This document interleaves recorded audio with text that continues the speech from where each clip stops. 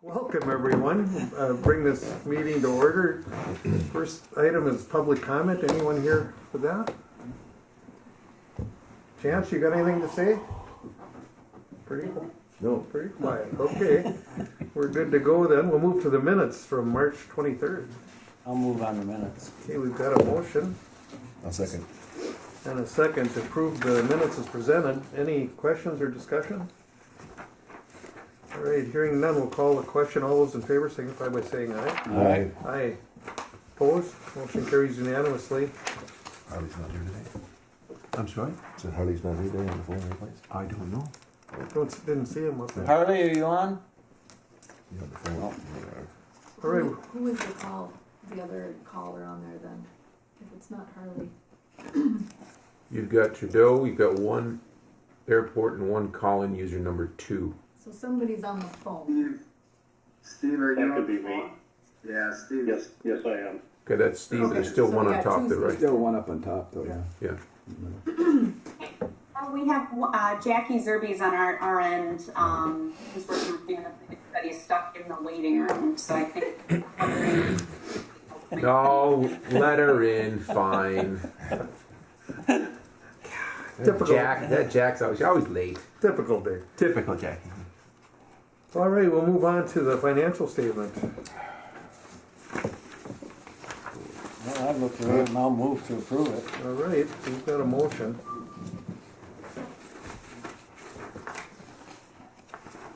I'll second. And a second to approve is presented. Any questions or discussion? Motion by Brian. I seconded it for financial report. A little leaner than usual. Yeah, that's okay. Yeah, that's time of year, I think. Any further questions, comments? Hearing none, we'll call a question. All those in favor signify by saying aye. Aye. Aye. Opposed? Motion carries. All right, we'll move on to the main show here. The engineer's report.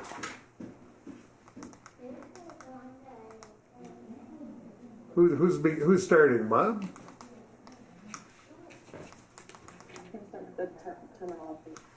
Yeah, we can start on the terminal update. Okay. I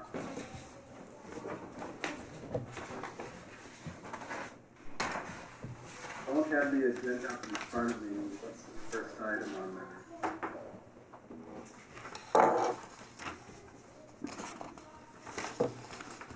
Bob, I can jump in if you wish. Yeah, I mean, we Good do want to plan. go over the TSA screening area, but go ahead, Steve. I've given a few updates to Sean, I think, later last week, but what I have on my list, number one, the ramp light. I believe they were sending another replacement light to the site for install, I'll assume by, the commission or Tim Jackson or someone, but that was good news to hear. I'm not sure if it arrived yet. Not yet, Steve, but yeah, great warranty work from the supplier. Excellent. No question. That was the panel we replaced. It's the same panel we're replacing again, and it's not a voltage issue. It's a panel issue. So they say it's in shipment. I'm confident we'll receive it soon. Fantastic. Second item is the boiler regulator. I did forward to Thor some information from Thermal Solutions this morning. I believe after Tom Moore with their company updated, they're looking at maybe the second or third week of May to come out and address the regulator and get that into more of a permanent resolve. They did want to just kind of go through this past winter's heating season and see if there are any more issues. I know they did pull some trending reports. There didn't seem to be any apparent glitches in that boiler since they had rebuilt that front face. So I think it's in good shape now, and we just need to solve the regulator. And I told them to keep us posted when they do pick a date, and we can make sure that's set up with you all and get them access to the mechanical room. Excellent. And that is correct. They're both humming along, which is wonderful. Third on the item was just a recap. I guess it's kind of in process. Nothing to update on a roof leak that happened mid-December. It was one of those odd, blowing, misty, warmer days range cornice did go up 2 days later. I think on December 17th, they were not able to find anything. So all we can do at this point is keep an eye on it and let us know with the current weather situations if you do notice any more leaks or drips in that lobby area where it most recently dripped. Yeah, Steve, good segue to report on the roof situation. Fascinating. Record amounts of rain, International Falls, Thursday, Friday, Saturday, yeah. And wind, rain, sleet, snow, hail, thunder, and lightning. Phenomenal, really anomaly weather. And what's interesting is through that event, no leaks in the terminal that we can find at this time. What else is intriguing is, or I shouldn't say intriguing, the alarm system was continually tripping, and we were working on that over the weekend, and we troubleshot that. We came up with what was setting the alarm off just this morning. There was three of the outdoor strobe / sensors cameras, the modules that they sit in, all have water in them. That sets the alarm system off, of course. And we discovered this morning that they are no longer made, so we're going to be going to a different brand or an upgrade to those three systems. So, but phenomenal that the last storm that we had no leaks. That's really crazy, because that was a phenomenal event. Our office first time ever leaked, and with some roof issues / ceiling issues. But yeah, anyway, go ahead. Yeah, it's great to hear. Great to hear. Again, we'll just kind of keep an eye on it. That's Yeah. what the anomaly was mid-December. Indicate that it's condensation. Certainly range cornice is willing to jump up there at any time should something further occur. Maybe just a quick update from you all. I'm not sure if the heat control issue in the admin offices and your conference room there got taken care of. I know a meeting or two ago you had mentioned there was cold in those spaces, and Ewell Company was supposed to come up or tie in remotely and address getting those fixed. Do you recall if that ever occurred? What do you got, Kara? Yep, they seem to be working fine, so we should Yes. be good. Great. Just wanted to check it off the list, make sure it wasn't still an issue. Number 5 on the list, roof connection detail between phase 1, phase 2, and the last 2 winters. As we got to a February, March warm up, you had noticed some dripping coming through above mainly CDP's detention room areas. We had continued to work with T&T Hamel and Company to address that. They did agree they needed to open things up and make sure that if there were any voids within kind of the EPS, the styrofoam billets of insulation within that roof panel construction, they would get those foamed and filled. That work was scheduled to begin today, but their foreman was sick today. So I did send that update here this morning. Yeah, thank you. Let's hope he's back to work tomorrow or midweek, but they are, planning on getting in there. So if you could just let CBP know, that'd be great. They would start on the high end on the Airside. I'm not sure if Thor, you or Jake or anything were able to get the scissors lift from Tim Jackson moved inside, but if you could do that and just park it inside their waiting area there on the high side of the ceiling, that would be wonderful. Yeah, we've got the equipment standing by, and as soon as they arrive, we'll have it right on site immediately. Super. So that was good news. We'll take a look and see what things look like as they dig in and open up, and let's hope that resolves it. I've not heard actually this winter if there were any drips that either Customs noticed or your crews at all. Maybe it's working its own bugs out. Yeah, not since the fall. Negative. I don't. My memory serves me correctly now. So we will get that addressed with T&T Hamilton this week, and I'm sure it's a couple of days. They would start on the high side first, open up the tug-in crew boarding, get that foamed and filled, and they'll work in above the detention rooms, continue plan south, into Weather Bureau's office corridor, and then eventually your conference room there. Number 6 on the list, I think in January, February, you reported some separation maybe in some of the tenant groove boarding. I think mainly in phase one, outside the secured gate lounge, Yes. and maybe a couple of the light cables, that suspend the lighting system, were maybe pulling out. Yeah, we fixed some, I yes. think the separation. Yeah, go ahead, Thor. No, go ahead. Yeah, we temporarily repaired some, but they need attending to. So I think a separation is going to occur seasonally in a non-humidified space.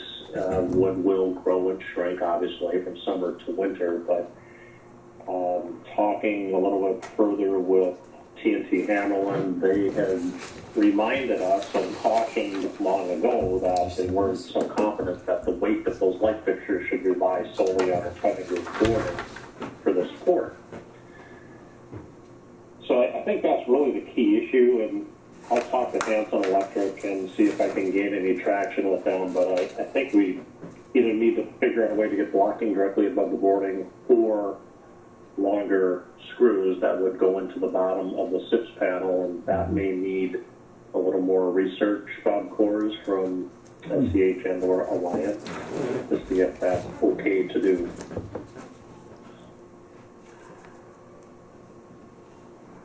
So more to follow. We'll have some more discussions on that and see what we can do to find a better attachment method. Maybe there's a toggle type anchor that can be done as well. And then lastly, and probably most importantly on the list, the TSA bag scan equipment, proposed equipment, I should say, from TSA. We have done some research. I think you asked SCH at the last commission meeting to maybe provide you all with a proposal to some further design investigation on what that would entail to bring equipment within that rule. That's kind of behind the check-in desk currently. We did have some follow-up discussions and determined there's probably not much for the design team to do presently until maybe I can do a little more vetting out of kind of rough order of magnitude and cost. So I think, Bob, did you send it out to Kyra? I'm not sure if Kyra was able to pull that up for folks or have it out. I did send it out with Kyra, so I think everybody's got the options. Yeah, I'll just reiterate what Steve said. We did get together as a team. We were going to put together a proposal to investigate these different options and then determine that there probably really isn't much for the design team to do. It's really more of a construction issue, which is where Steve took it to this point, and we can take a look at these options here today. We have a couple options for you guys to take a look at. And then if there's some design that needs to occur, then we would get involved. But right now we do feel like it's more of just a construction, building modification. And after we go through the options, I do have some information on some funding options for this. So Steve, do you want to run through the couple options that we have? I can, yeah. Hopefully you've got either a copy or something to reference, but we did look at option one to bring this fairly large piece of bag scanning equipment maybe from the parking lot side through the front sliding doors, and then open up the wall sort of directly in there's two walls that will have to be opened up and get into that bag screening area.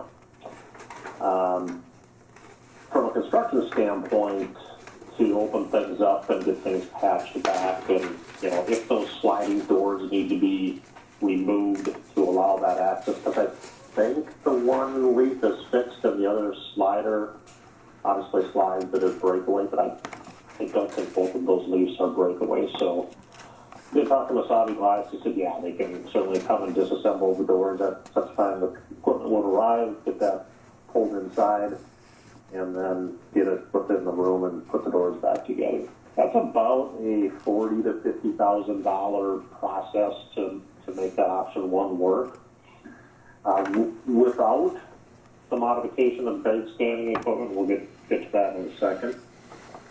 The second option we looked at is to maybe come from the rear, the airside, and unfortunately we can't go directly outside of the wall where the door is today in that bag screening area.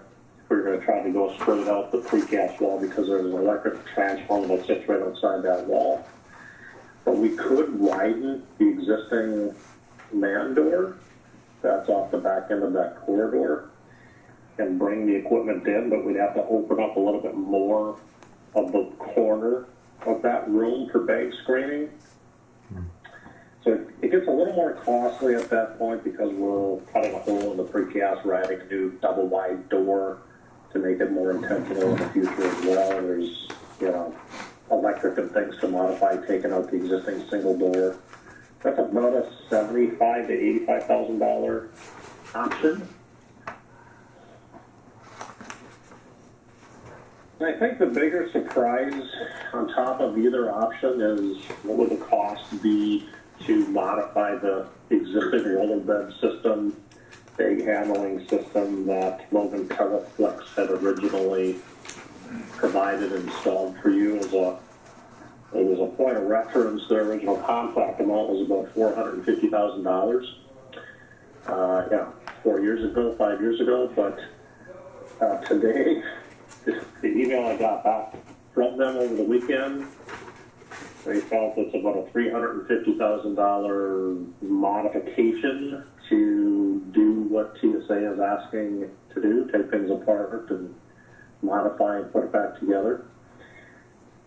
We think that's probably pretty high, but without the ability yet to vet that out further with them and understand exactly what does that buy us. That's where we sit today. So I would say that's definitely on the high side. Yeah, and I guess I'd like to add to that. We did get that over the weekend, so we haven't had a chance to discuss with them what that is. But if you recall, in the baggage screening area, the bags are put on behind the airline ticket counter, put on a roller bed, and then it goes through that little door, makes a little curve on a belt, and then goes to a roller bed system. And all we would need is the modification to that curve and the removal of the roller bed system. So to me, $350,000 is way out of line. So I think we could do it with Jackson's help, probably. We can figure out something else, but I think we do need to talk to them about it and get a better understanding as to something seems to be missing here. $350,000 seems way out of line. And then obviously on top of these costs, which, we'll say is just trying to identify construction only, if there were any additional design fees and things, that would obviously be on top of this. Questions? We were all happy until you started telling us all these numbers. Well, I think before we talked about the options, I did talk to the FAA about funding. This project is not AIP eligible, but it is likely, what Tracy says, it's likely bill fundable. So it does look like there's some funding options for this. Hibbing has the same issue as International Falls has, trying to get the equipment into a space and having to do modifications to the building. Brainerd is also going through the same issue, but it sounds like they're using bill funding, but they don't have the issues of getting the equipment into the space like Hibbing and the Falls do. So there's likely funding available for this. I would say for your discussion, I would look at the options in the construction area where we're looking at 40 to 50,000 versus 75 to 85,000. That, like I said, that 350,000 we need to take a look at, and it just seems so far out of line to me. So I would just kind of park that on the side to think about the options and the cost that Steve had presented. And those would be 90-10. So the bill funding rate, Casey, that's 90-10. Yeah. So that would be a 10% local match for this project. I should add that I did ask the current company that took over for Logan Teleflex, their parent company, what the lead time might be and how much time on site they may require, depending on, if it's them or somebody else. But if it is them, they needed about 5 months to procure any new roller type equipment that may fit the room within the plan that TSA is proposing. And then they thought it might take 2 to 3 weeks for demo and reinstall on site. So again, that seems very conservative. Once they're there, I can't imagine it would take them more than a few days to deinstall and a few days to reinstall based on timing. But maybe think about that. The lead time would certainly be important to know. You wouldn't want TSA showing up a new piece of equipment if you don't have the roll bed system ready to go as well.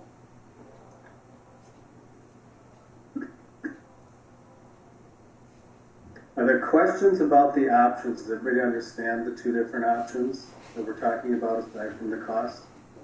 Well, I know I've looked at it quite extensively, and I'm sure Thor, you have too. Mm-hmm. To me, option 1 by far and away would be the most logical. Absolutely. Because you're not having to cut any precast, it's just a couple of wooden walls that they got to cut through to get through. Mm-hmm. And to me, the biggest thing would be the company come in to take the doors off, the slider doors. Yep. So once you get into the building, they can put the doors back on and you're done and go from there. Mm-hmm. But I also agree, Bob, that 350 just seems way out of line. Even though I know the biggest expense is going to be the electrical, moving the electrical in there. To me, any modifications to the roller system shouldn't be that extensive and that expensive. Sure. But moving that one big electrical panel Definitely. in there is the biggest cost. That's the biggie, for Right. sure. And I would certainly would like to press forward and get a better, proposal so far as, is it really going to be 350 or is it only going to be 200 type of deal? Mm-hmm. They obviously are long on work. Yeah. Well, quite frankly, I would still be surprised if it was 200,000. Right. I don't know where you're at with this, Steve, but my thoughts Donnie are Bellinger on a weekend. Yeah. $50,000 estimate, something in there. Yeah, that's exactly what was in my head initially until I saw this come back from them. So I would agree. The next steps would try to understand this better and vet it out further with them and try to get a better breakdown. I don't know how proprietary that system is either, and if there are other bag handling companies that could take a look at this as well.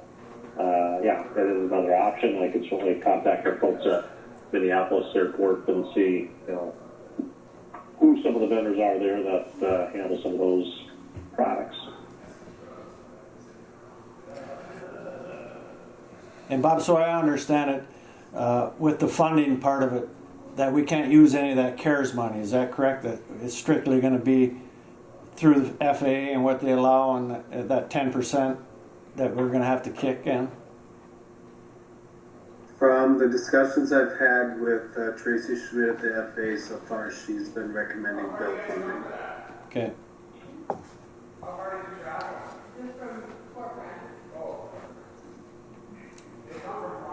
Again, would be at 10%.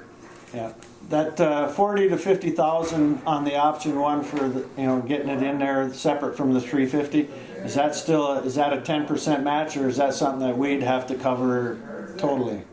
That would be the 10%. The whole project would be bill fundable. Okay. So the whole project, no matter what it comes in at, from what we're hearing right now, would be a 10% local match. Okay. I mean, personally, if it's only 10% and it comes in at 300,000, we got to kick in 30,000. To me, it's worth it Oh, we gotta do it, in the yeah. long run. Yep.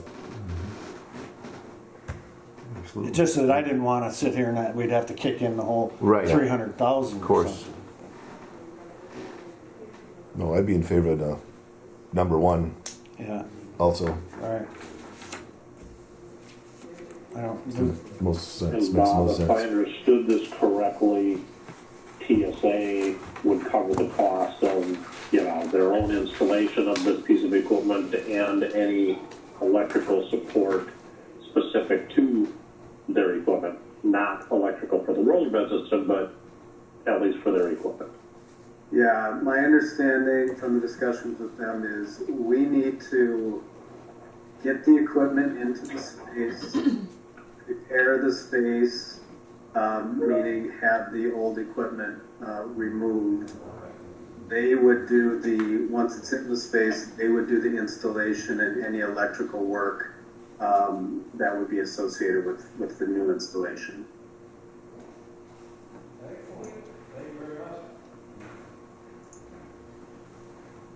Bob, do you know, Go ahead.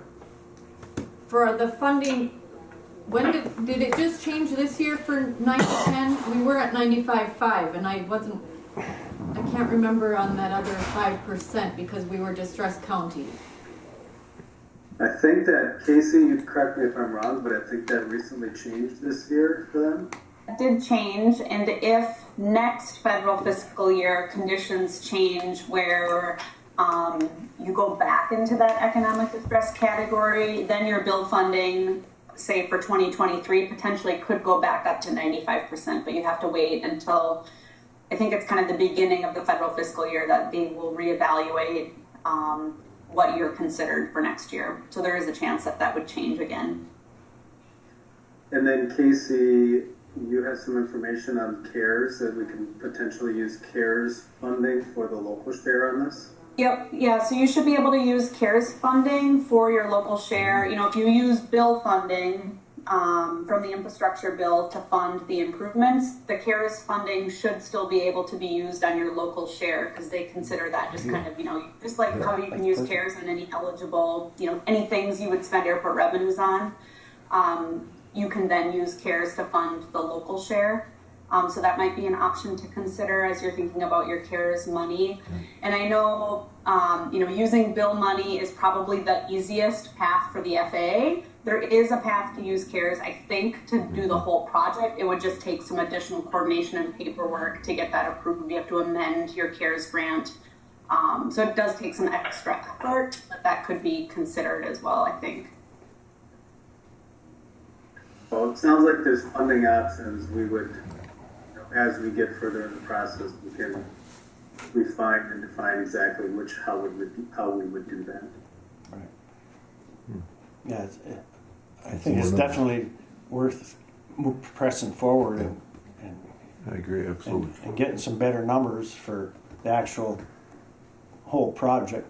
And I think we ought to be looking at trying to do this late fall, because we're not going to get it done now before, the fishing season, and those planes are going to be full. They're going to be busy with a ton of bags, and if you got stuff you're going to have to order and everything, it's probably going to push it out till late summer anyway. And I would hold off until the fishing season's over and we're down to where we only got 10 to 20 people a planes, because it would be for TSA, they're going to have to move their area, and if they got a ton of bags to do, it's going to really cause a problem. So I think we ought to be looking at late fall. It'd be 5 months anyway down the road. Yeah. We get going on it now. Danny Bird. I didn't know.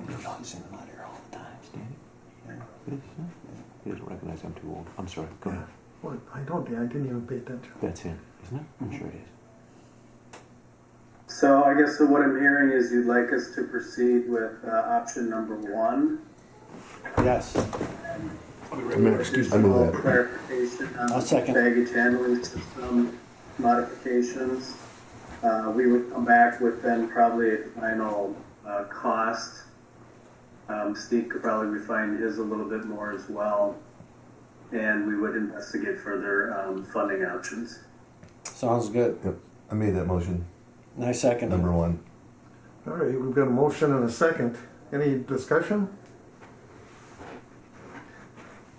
Yeah, hopefully we can get back to that 5% track. Because the government operates in the middle of the year, so we won't know until. Right. Yeah. All right, any other questions or comments? Hearing none, we'll call the question. All those in favor signify by saying aye. Aye. Aye. Opposed? Motion carries. Thanks for working on that. Appreciate it. Fix everything for us and get back to us. Okay. We'll do it. Steve, you I have have nothing further on the terminal update, so that does it for my side. Steve, any other questions for the commission on how we proceed with option one? Steve, no? Nothing further until, Bob, you and I can chat some more offline, and we'll get on to Jervis Web to have some more detailed discussions on what that bag handling equipment, breakdown looks like. And it was rough order of magnitude from their side, obviously, so we can start getting in the weeds a little bit with some details with them and get this vetted out further. Will we know by, One question I would have is the equipment that we're moving out. What we would do with that? Is that something we can, maybe Casey too, is that something we can resell? Was it funded when you purchased it, Robert?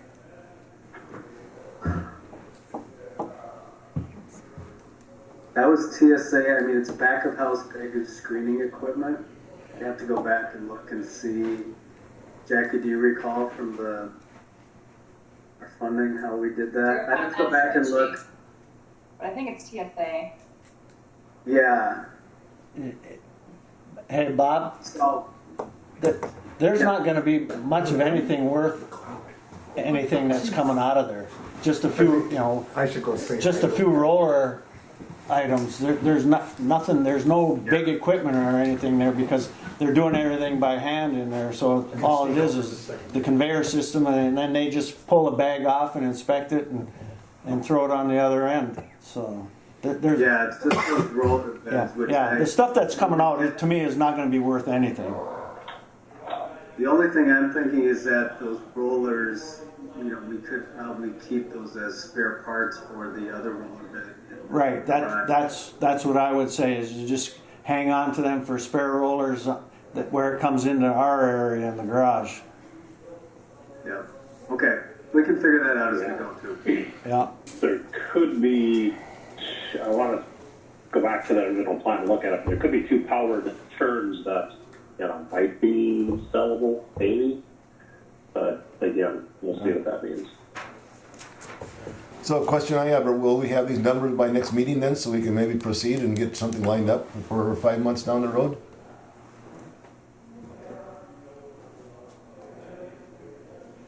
I think that's absolutely the goal, and give us a couple weeks to ferret this out further with the bag handling company. If we don't seem to be getting any good traction with them, I think we look for their competition to see what they can provide and offer. Perfect. Okay, thank you. Sounds good.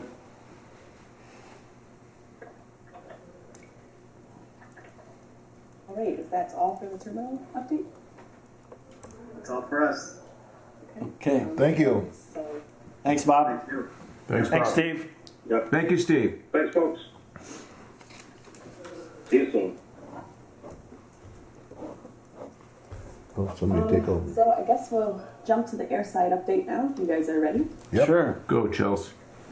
Okay, sounds good. So we'll start with phase 2. There are still some punch list items remaining, including turf establishment and some of the pavement repair on 422. So both of those items will happen kind of early spring here. They're hoping for the turf establishment that we'll get that done. They're hoping mid-May, but I think that the weather up there might not be conducive for that. So we want the grass to grow, so we're going to maybe push that to the end of May, early June. And then pavement, they're looking at end of June, early July. That should only be about a day, so we'd have to close 422 for a day. But yeah, things in the early spring here to look out for. And then I believe we already considered the pay applications earlier. Is that correct, Kyra? Yes, that's Yep, correct. we did. Okay. So this pay application is pay application number 14, and it is for just like miscellaneous electrical items and some of the things that were completed in the construction season last year, or 2 years ago for phase 2, sorry. But they were just items that we didn't have the quantities for and such. So that is in the amount of $40,714.80 for phase 2. Any questions on the phase 2 items? Nope. All right, I'll jump to phase 3. So also some punch list items for phase 3. Definitely some turf establishment. I believe there's still some grading left to be done there as well.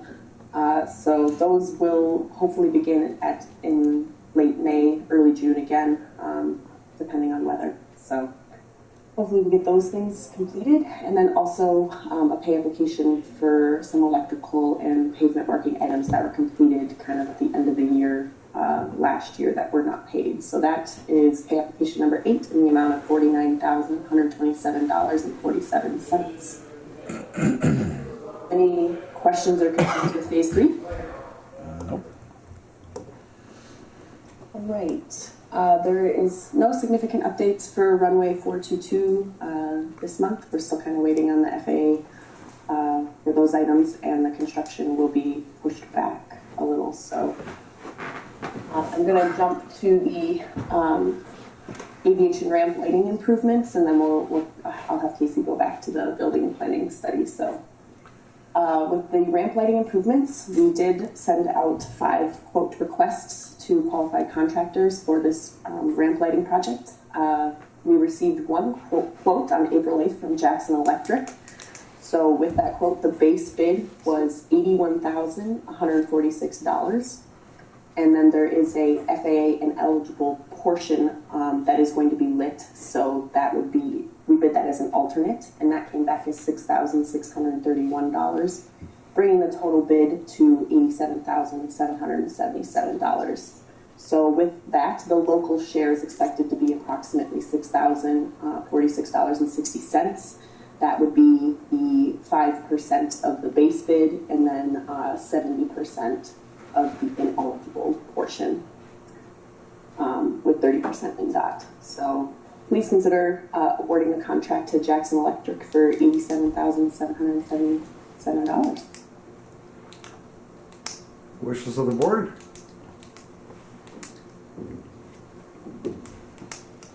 I'll move on it. We've got a motion. There's a second. Gotta get her done. And we've got a second. Have we got a qualified guy there? This Jackson? He's got quite a... No, you don't. Doesn't know nothing about airports, does he? He's kept us going for years. Exactly. All right, any discussion, questions? Hearing none, we'll call the question. All those in favor signify by saying aye. Aye. Aye. Opposed? Motion carries. Fantastic. Are there any questions for that item? Nope. All right, with that, I will hand it over to Casey to give the rest of the updates. Okay. All right, good morning, everyone. Morning. Today for the building area master plan, we want to share some updates on some of the progress that we've been making specific to the recommendations and alternatives. If you remember last month, we talked more specifically just about the fuel farm and layout options and access options as far as truck access and things like that. This month, Jackie's going to give an overview on some of the other areas that we've been looking at in the building area and finalizing for submittal to the FAA. And she'll talk a little bit about next steps, but we're working on wrapping up this information to share with the FAA ahead of our next meeting. So I'll turn it over to Jackie.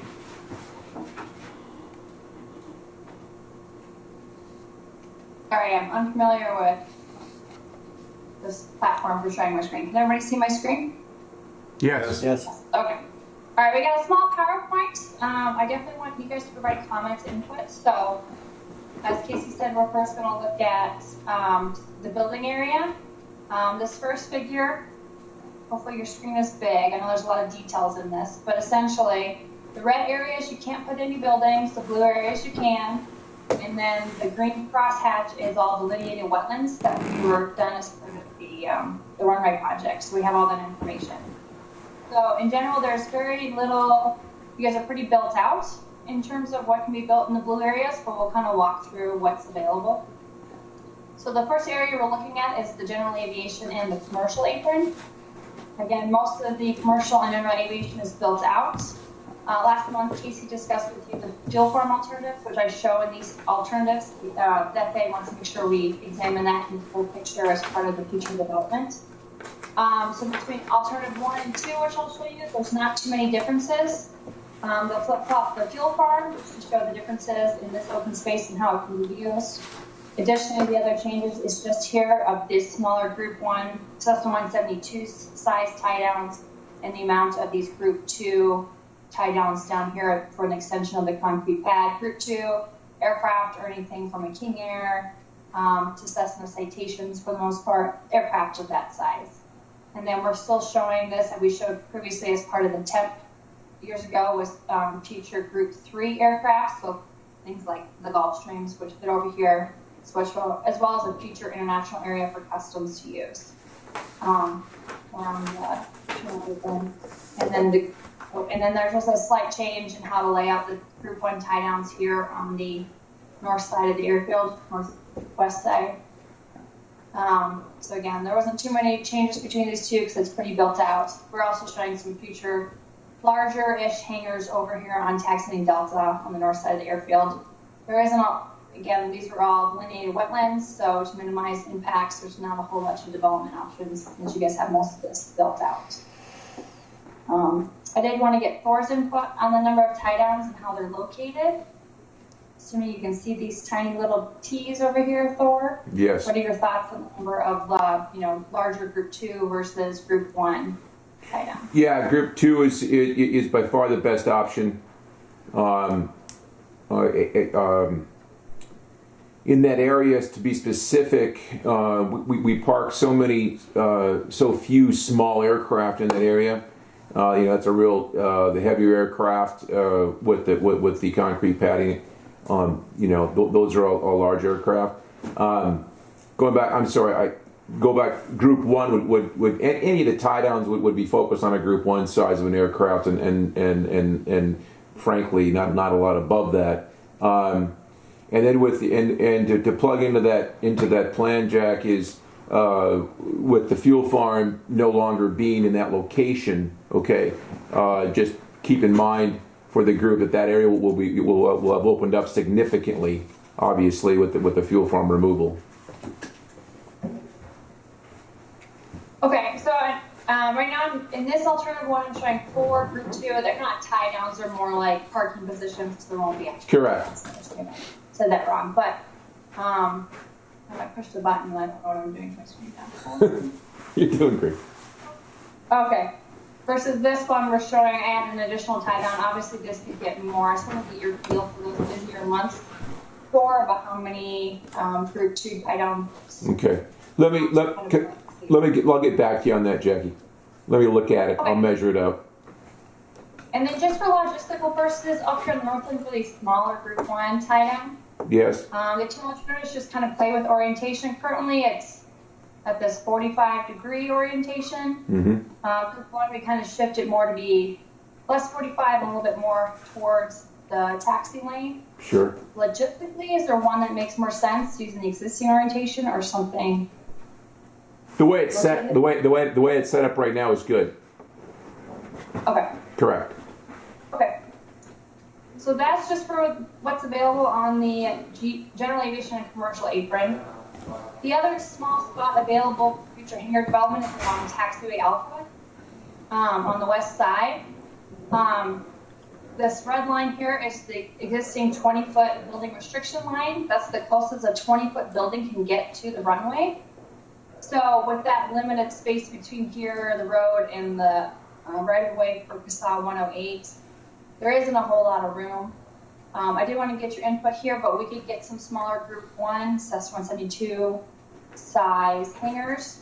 Currently the boxes shown are 50 by 50 hangers that can obviously be adjusted wider. Not deeper, but wider. Depending on if we need to rearrange this future access road behind the hangars to get to them, you could probably get a little bit bigger hanger in there. We just have to rearrange how the vehicle access gets to the hangar. So I wanted to get you guys' feedback on kind of this layout. And to be specific there, Jack, that's, the limitation there is 20 feet in height, correct? 20 feet, yes, is the closest you can get to this red line right here. So There. technically, before you get back, you get a little more footage, but in general, it'll be a 20-foot building. So no matter how we run the numbers on that, no matter how we look at the footprint of the hangars in that area, that's relegated to smaller aircraft, correct? Correct. Okay. And by height and just depth available for Yes. construction. Thank you. Thor, for me, Yes. those hangars would be there would be similar to what we have over here, Yeah, absolutely. but no bigger. But no bigger. Correct. That's fine. Yep. That's all I was figuring we'd put over there anyway. Exactly.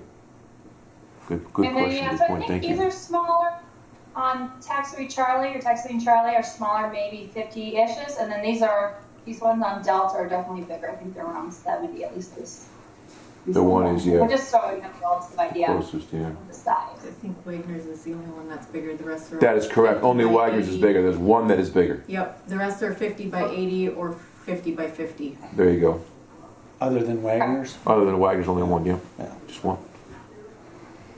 And then, and just to note, there's, whether you see a little bit of a breakout between, instead of having a continuation of this development, we're just trying to avoid wetland impacts. So that's why there's some gaps in that future plan.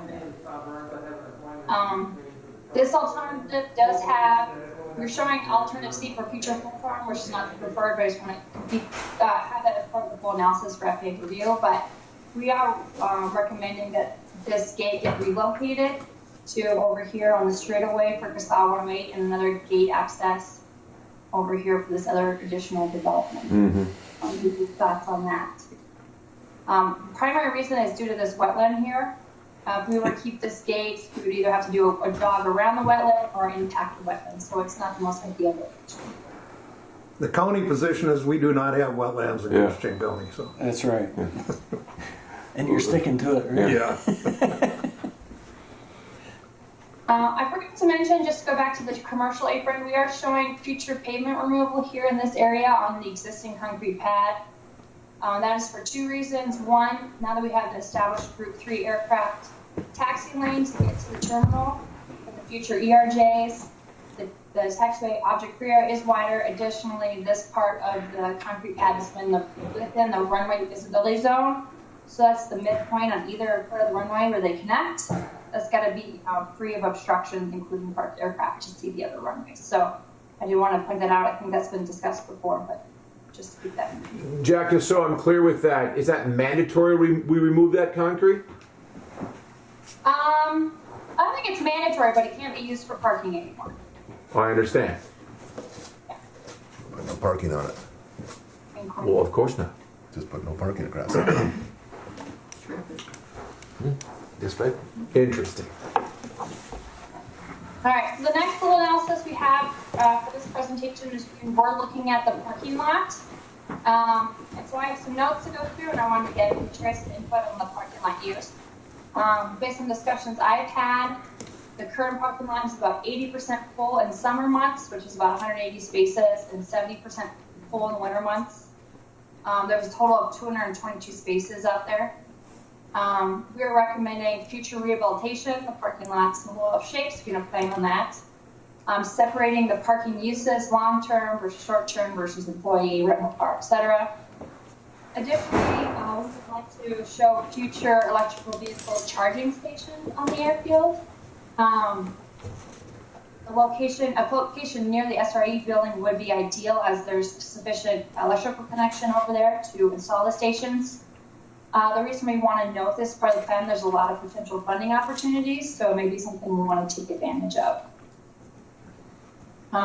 In terms of how we kind of want to break out the amount of spaces needed for each of the uses, We have a lot of numbers in here, but I'll go through it. So we're estimated for employee parking.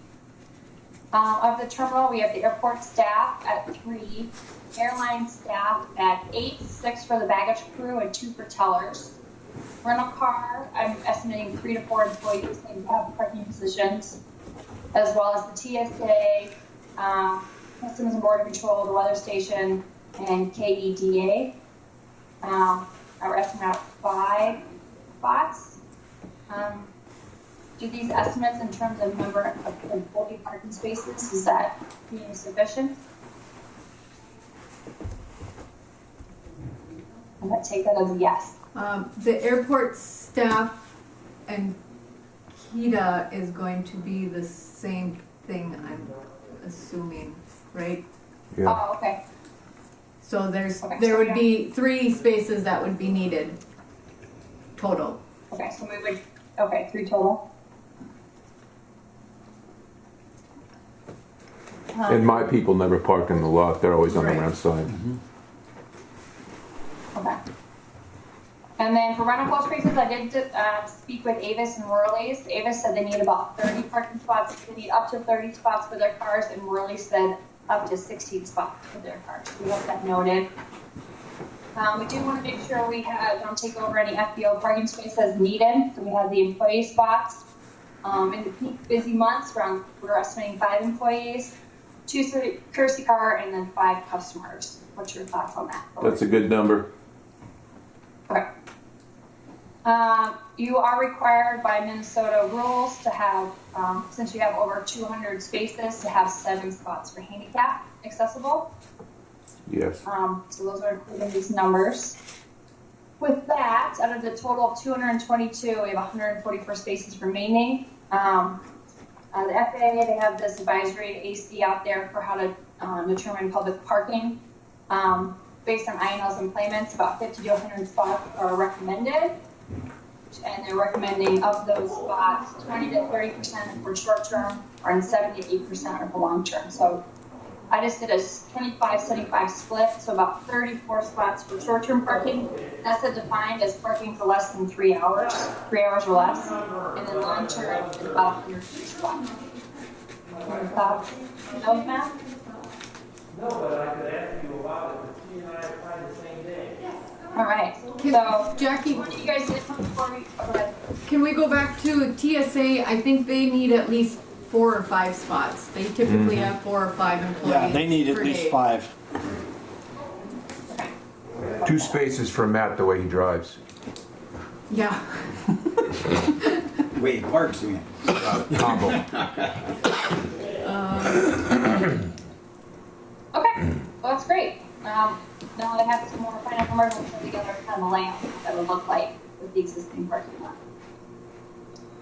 And customs, And then they typically park in the back. They park, yeah, they park So on the I don't ramp think side. they would need spots No, in the, the CPD, they don't need any. Nope, they don't. when you say park in the back, what does that mean? They park out on the ramp. On the ramp side, the apron side. Okay. there might, yeah, I wouldn't, I wouldn't worry about it. yeah. No. If they park, if one of them happens to park in the parking lot, then they can find their own spot, but I don't think that they need a Well, designated they only spot. can, well, they can get in here, I guess. Yeah. They never Easily. come in that way. Rarely. Never an issue.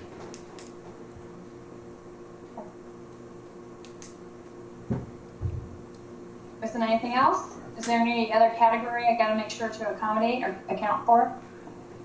I've got a question, talking about the electric vehicle parking areas. How do we get reimbursement for the electrical and stuff? Is that, how does that work? Well, they're all new funding opportunities, but I don't know all the specifics. Maybe Casey can jump in, but I know there's additional bill funding specific to renewable energy infrastructure. Anything else, Casey?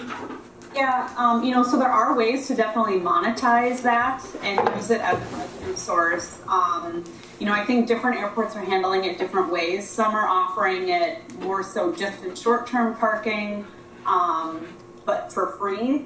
Some are doing it as, some of the long-term parking and or short-term, but using it as a way to also earn revenues. There's different options, and I think potentially some of those options may be different depending on the funding source that you use. There is a lot of new grant funding available for that, whether it be through the infrastructure bill, other sources. So I think what we would want to do as we're getting further into the master plan is really try and vet out what those different opportunities are and outline those funding opportunities. And then if there are any requirements with each funding source as far as can you charge or would it have to be a free service that would be made available to the public.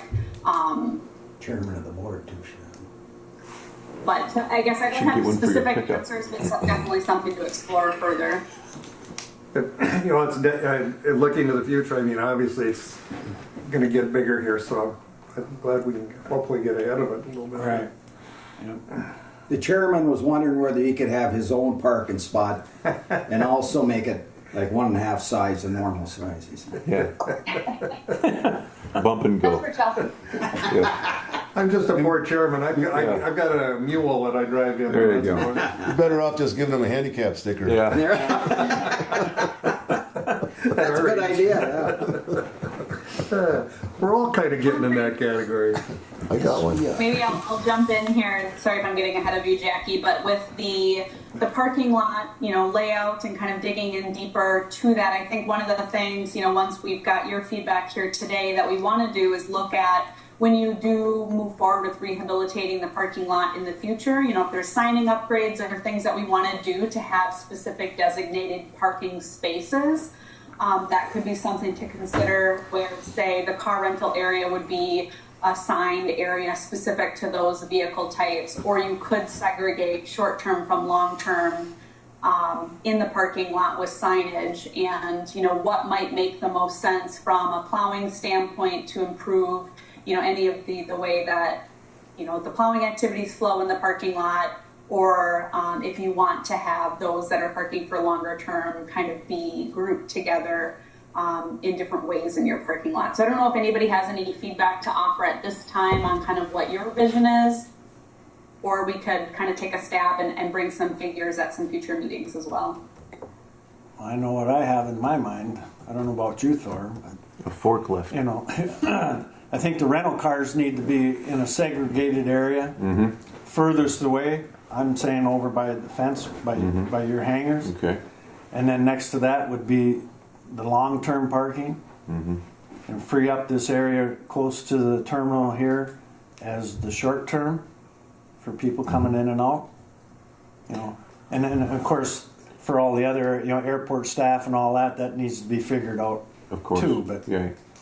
And long term versus short term. That's the big- definitely long term that's from the short biggie. terms. Yeah. And the rental car. Those three biggies need to be totally separate. And staff could be over here Yeah. on this side. Because right now Avis has taken all these prime spots for the short term people coming in and out of here. Mm-hmm. And people complain about it a lot. They should. Okay, well, that's definitely helpful, and we'll work on maybe bringing forward some different layout options as far as how those different parking types could be segregated, likely at the May meeting then. Perfect. Thanks, Casey. Thank you. Thank you. Today, so we're just trying to finish up the facility recommendations chapter as well, the alternatives. Our next meeting with the FAA to review these is on May 31st. We'll need to be able to send the updated draft reports by the 16th of May, so we're working on that. Mm-hmm. So that's what I have. Let's see if I can. Oh, no. Oh. You're back. Am I still sharing? No. Oh, there we go. There we go. Okay. Now we got you back. You're back. All right. The next item on the agenda is to look at just a quick discussion on the CIP that we submitted to the FAA back a few weeks ago. If you remember, we had mentioned this at the last commission meeting. They were just looking at wanting to get some information from airports across the country on kind of, do you have a need for all of your additional bill funding, and what might be your potential spend plan for that. So we did take all of, the projects that were already on your CIP and just kind of reconfigured them to show the FAA what might make sense to fund with the traditional AIP funding, your entitlements that you get every year, and what might make sense to fund with this additional infrastructure bill money. As Bob mentioned earlier, there is some additional eligibility opportunities with that infrastructure bill money. So we did look at that. This is very preliminary, and I do anticipate this will change as we work through the master plan project and work with you all to identify what your priorities are. But the current plan that we had shared with the FAA is that potentially the projects next year could be design of phase 4 of 1331, the 422 rehabilitation project, reimbursable agreement to support those runway projects, potentially taxi lane construction if you wanted to move forward with any taxi lane work to support future hangar development and rehabilitation of the auto parking lot. In purple, you'll see the TSA terminal improvements. Those are the improvements that Bob and Steve were working on earlier. This was a very rough guess that we just kind of done here. We didn't have any cost estimates at the time that this was prepared. But we're showing that as infrastructure bill funding, where it says bill or AIG. That's the acronym that the FAA uses for it. And the fuel pad and tanks project for the ultimate relocation of the fuel farm. And then in the following year, the reconstruction of phase 4 of 1331 and the actual construction component of that. And then what you'll see kind of moving forward is that we've identified that the bill money, the AIG/bill money, could potentially support some other lower priority projects, such as an SRE building replacement, design and construction. If you wanted to consider that, we do have a beacon replacement, as well as consideration of additional snow removal de-ice equipment. So that's what we discussed it at some previous meetings, but potentially a tank to store de-ice liquid, as well as it would be more likely an applicator trailer that you would tow behind to distribute the de-ice liquid, and then could potentially also consider building design and construction replacement with that funding source. And then the other FAA-funded projects with the typical funding sources could look at the DA and commercial ramp design and reconstruction effort, and then getting into crack seal of all the runways and taxiways kind of as needed back into a typical maintenance cycle for that. So that's kind of overview of the projects here over the next 5 years. There's definitely more conversations to have as we get closer to, fine-tuning what the CIP might look like, and then getting into the fall and getting to a position where you need to decide what projects make sense for next year. But this is kind of the preliminary CIP that we had developed. Any thoughts or feedback on the CIP? I know we've had discussions here on those fuel tanks. That's going to be needed quickly if we could. Correct. That's got to be done by fall, right? Yeah, that's it. Can we segue into that case? Yep. Real quickly on the fuel farm, it's on the agenda, the discussion about fuel farm pad leasing, i.e. Anderson Flying Service leasing space on the Airport Commission's fuel pad for our fuel system. Interesting learning curve on fuel farm systems. I'm unfortunately learning. Pretty intriguing. The supply chain and cost and inflation is fascinating. In the 3 weeks that I took putting the project together, the quotes, etc., the increase in cost of raw materials for the 10,000 gallon tank went up $2,500, and for the 20,000 gallon tank it went up $3,000 in 3 weeks without even signing the contract. It's unbelievable. And I'm very familiar with Westmore Tank. We've done a lot of work together. I trust them, and they can't. They're changing the whole financial structure of paying for the tanks up front. They're concerned justifiably that if they don't do that, the cost of the projects will keep going up exponentially. I don't think this inflation game is going to change in the next year or two. And so that's just one thing I wanted to share with the group. I had a brief conversation with Sean regarding the discussion about the fuel farm pad leasing, and I think that came from the FAA side that they want some language for lease space. Is that correct? Help me out, please. No, from the MnDOT side. I'm sorry. Potentially, yeah. I'm not sure exactly what conversations Sean has had about the eligibility for that. But yeah, there is the likelihood that MnDOT would want to see, some sort of lease structure in place. Okay. But I'm not sure the specifics on what they were looking for. And in reminding, as Chairman Wade brought up, our plan is, our schedule is, and according to the MPCA, that we need to be up and running by the quote-unquote fall of 2022, and just reminding the team that, so we're focused on that. We keep going strong in that direction. It's I realize it's only April. That means that it'll be here tomorrow, right? So we'll just keep charging in that direction.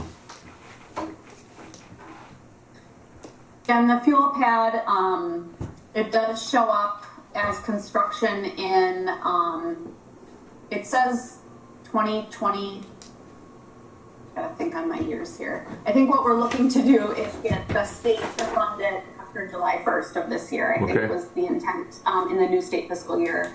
So I do know Sean has had conversations with MnDOT about that. And as we, get closer to that date, I think additional outreach, potentially Thor from you, for others as well, just to communicate to MnDOT the need for them to be able to fund that project is important. Sure, turn the burners on. Okay.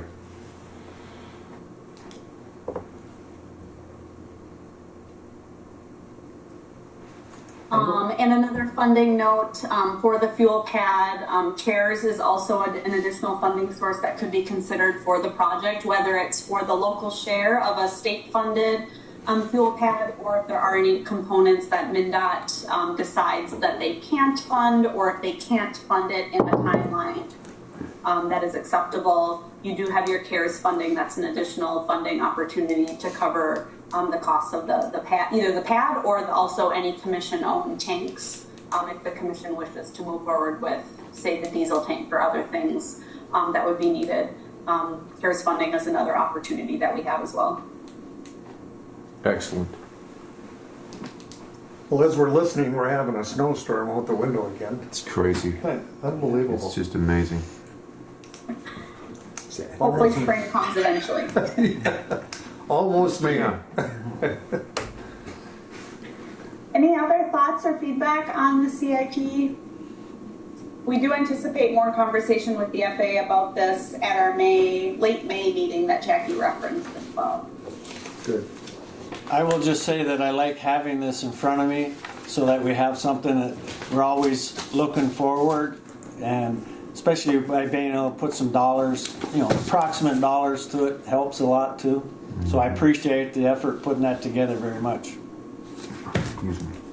Great, yeah, and let us know if you have feedback. And one thing I'll add to, as we get FAA feedback on this, I think the other component that we would like to make moving forward with your CIP is just to have kind of a running figure that would show basically a map of what are all these projects, where are they. I think for a lot of us that, get lost in the weeds of, specific projects, we can easily pick it out on a map where that project is, but to have that, whether it's for yourselves as commission members or other stakeholders, hopefully a figure will be helpful just to kind of map out where these various projects are in each year. So we'll work on that for a future meeting as well. That's very helpful. Very much. Thank you. Thank you. Print could be a little bigger though. Yeah. For us older people, right? Get stronger glasses. Print could be bigger, I agree. Fine with me. We'll print big versions for the next meeting. There you go. Art print. I don't think we have any other updates unless there's any questions for the SEH team. Yeah, I do. Thank you. Anybody else at this time? Nope. Nope. Jumping over quickly to MCOA meeting Rochester. I had a brief conversation. Actually, Sean sent me. We were emailing discussion about the fire foam, about the MPCA and the new regulations and what have you, and where we have to go with that. Being one of the 9 airports in Minnesota that obviously we train on a regular basis with foam in the past, and where we're at. Please share. Yeah, so there is a new requirement from the MPCA for specific entities throughout the state to do testing for PFAS. And airports are one of those entities. Another example of entities that need to do this type of testing. I think there's about 90, if I'm getting the number right, 90 wastewater treatment plants that are also having to do this testing. Airports are not the only types of facilities that need to do this. But you will need to develop a monitoring plan for PFAS, which basically will require airports to test stormwater. I can't remember if it's 1 time a year or 2 times a year, and send that in for testing. And then a lab will evaluate if there is any PFAS detected in that stormwater runoff from the airport. If the testing does identify PFAS of certain levels, there is basically a source reduction plan that airports would have to then develop. And that would, kind of walk through, here's how we're going to try and make improvements.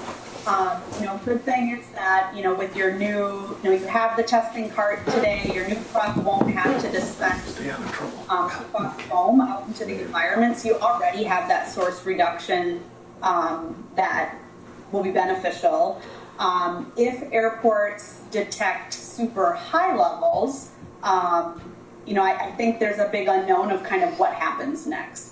And, I think potentially, where you could see needing to do something could be if there is contamination in wells or things like that, which hasn't been identified yet anywhere. But, I think this first step is just that monitoring process. So this is definitely kind of new to everybody. And offered that they'll help airports develop a monitoring plan. We SEH are certainly willing to help the airport develop that plan and work through next steps. We have several wastewater treatment plant clients that also are going through a similar need to do this testing. So that's kind of the high level. We could probably plan to have a more detailed update at the next commission meeting and provide some materials for everybody to take a look at that kind of outlines what's needed. Are there anything to add or any questions? No, I just wanted to refresh my own mind and share with the group where we're at. And I would certainly suggest to the group that we team with SEH and work on that. I'm assuming it's going to be fairly complex process. What is the source of that contamination? It would be from the chemicals, the PFAS chemicals in the firefighting foam that's used on airports. Okay. In the past. In the past, yeah.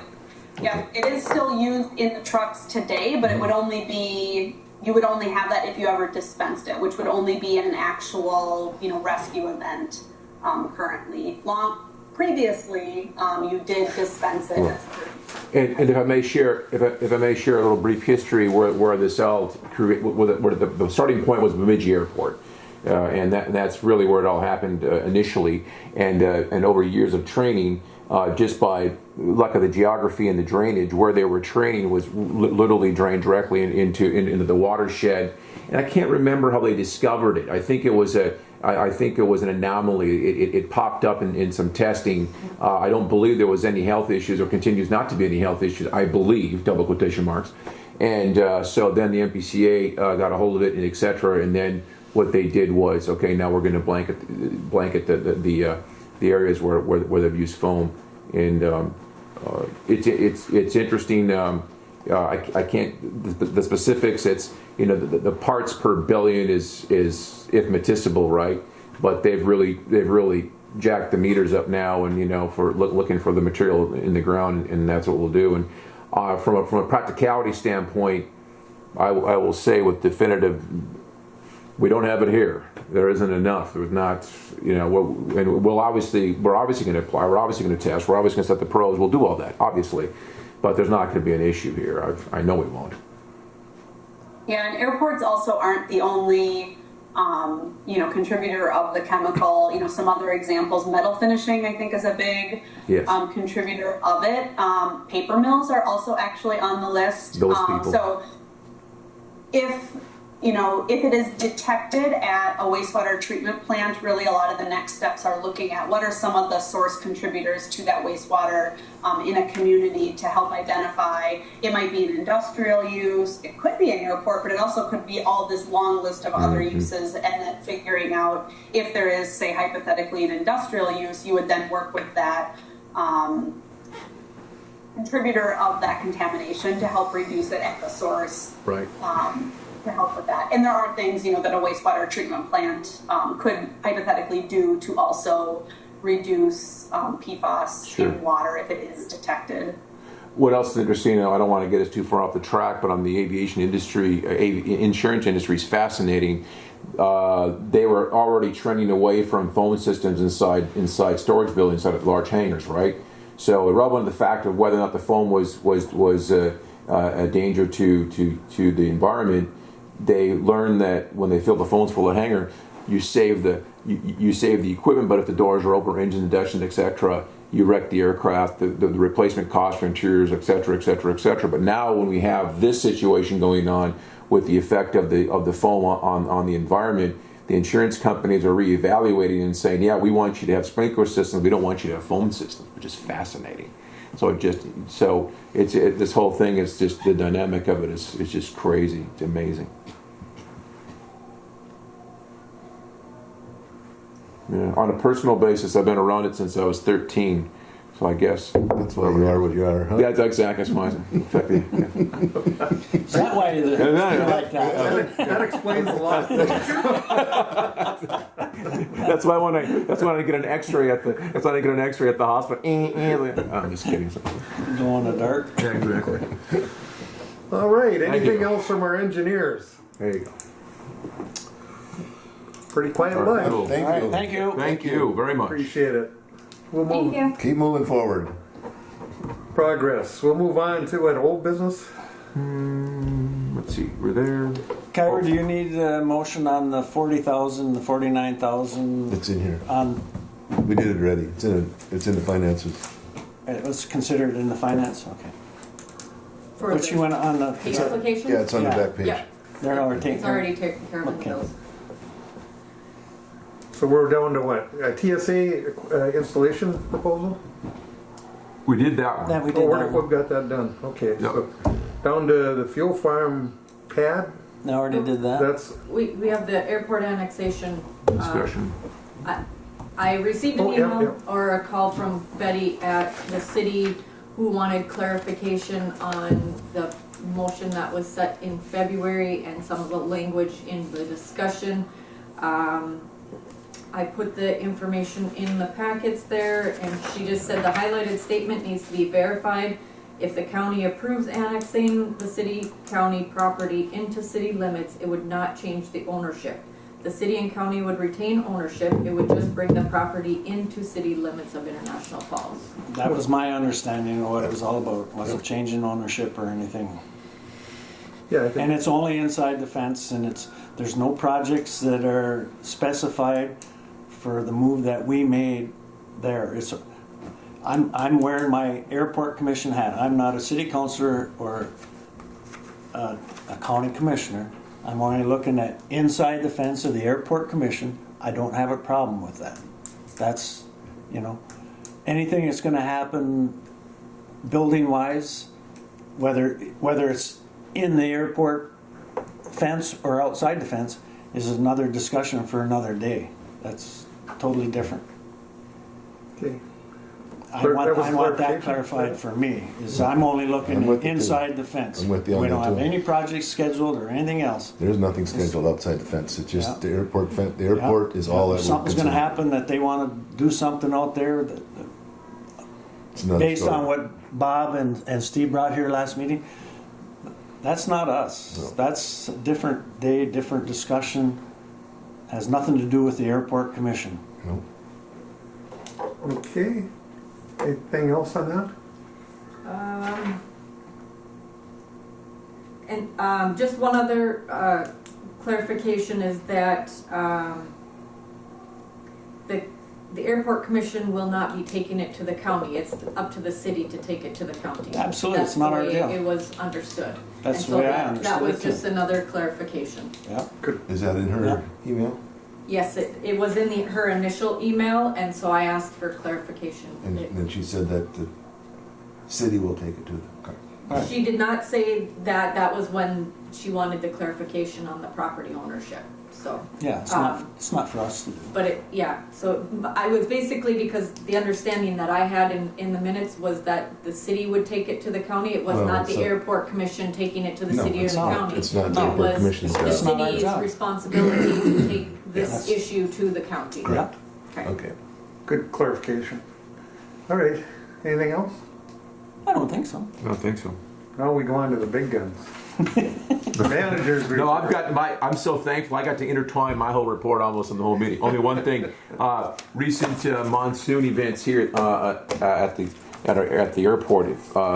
We had record flooding, combination of record amounts of rain, and of course the ground is frozen. We can only put X amount of water. So we had a significant amount of the Alpha taxiways closed off over 2 day time frame. And now yesterday and today we're cleaning FOD off the taxiways because of all the debris and the wood and stuff, rock, whatever came out there. So phenomenal. The water that was trapped in the area between taxiway, the whole length of taxiway 3-1 and kind of 108, you could have landed an airplane in there. You could swim in there. It's up 6 feet of water. It's fascinating. Yeah, when I came in Saturday, we turned around on the runway, because I'm looking, I says, well, I can see why we're turning around. You can't. There was that much water, On top of it. you couldn't get to the On the Alphas, yeah. taxiway. It's fascinating. Unbelievable. But thankfully, system's working well. We're purging the water and just again, phenomenal weather. You know, It is. as I mentioned earlier, you know, I've it's rare to have snow and significant snow, significant rain, hail, lightning. Fascinating. All one-stop shopping. And all the snow on the ground have the culverts running half full just because there's full Right. of snow and ice in front of them from thawing and Sure. all spring, you know. And it's Sure. just- If not plugged. yeah. Yeah. We're going to see a plug, but there's been We had some all flooding that snow up there. just holds Yeah, things up. 7 years of coming back from Aruba, I've never had to de-ice a plane until today. Isn't that amazing? Had to de-ice and Think of anti-ice that. that aircraft this morning. It's crazy. Goes to Aruba to avoid all the. Smart. Exactly. I Smart. figured I'd come back and it'd be okay, right? Absolutely. But no, that's all I got, and thanks to the group, and always thanks to the SEH team calling in. Right. Carter, what do you have? Well, you know, Okay. Hopefully we'll have ice out by July, right? but Gosh, Is that your prediction? I hope. No, I think the ice machine on. Anything for us, Karen? couple things. Just the employments are in the packets. Numbers continue to go up. So Yep, great, that that's just good. continues. Yeah. They're creeping for sure. Wonderful. Then I received an email this morning before the meeting in regards to the management contract. I sent it off to Steve Shermone to change the rates for the contract. Okay. The contract actually ends September 18th, 2022. And so do we want to extend that contract now while we're working on it? So then we're not working on the contract now and then again come September or I'm comfortable August. with that. Yeah. I And think. then,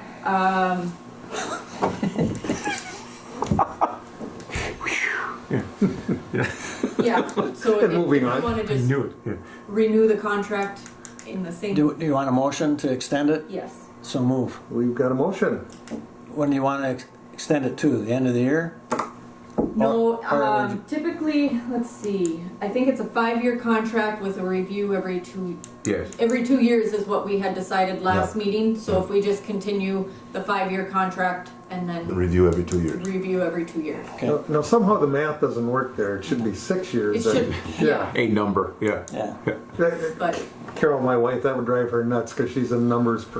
Well, we review every 2 years and then. and then you Then review we gotta right before it renew the renews. contract before we No, stay 5 years. that's the motion right there. Okay, we've got a motion. Thank you. Is there a I'll second? have to second it. We're down to bare numbers. So Someone, yeah.